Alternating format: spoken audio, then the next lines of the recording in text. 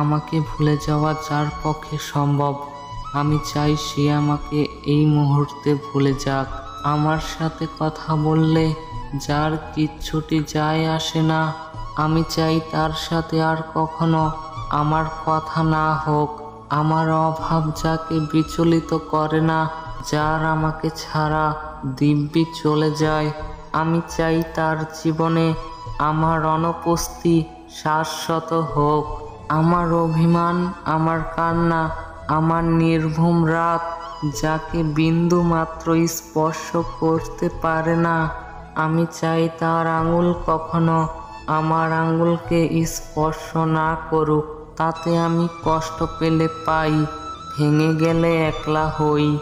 নিজের উপস্থিতি সহ্য করার থেকে তার অনুপস্থিতির চেয়ে অনেক ভালো।